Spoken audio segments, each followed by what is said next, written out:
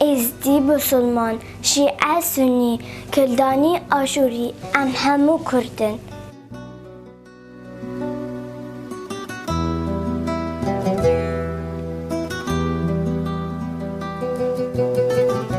دایکن هجا بابن هجا چیروکا شنگال جبو زاروکن خواه بیجن چیروکا ایشا دایکن شنگال جبو زاروکن خواه بیجن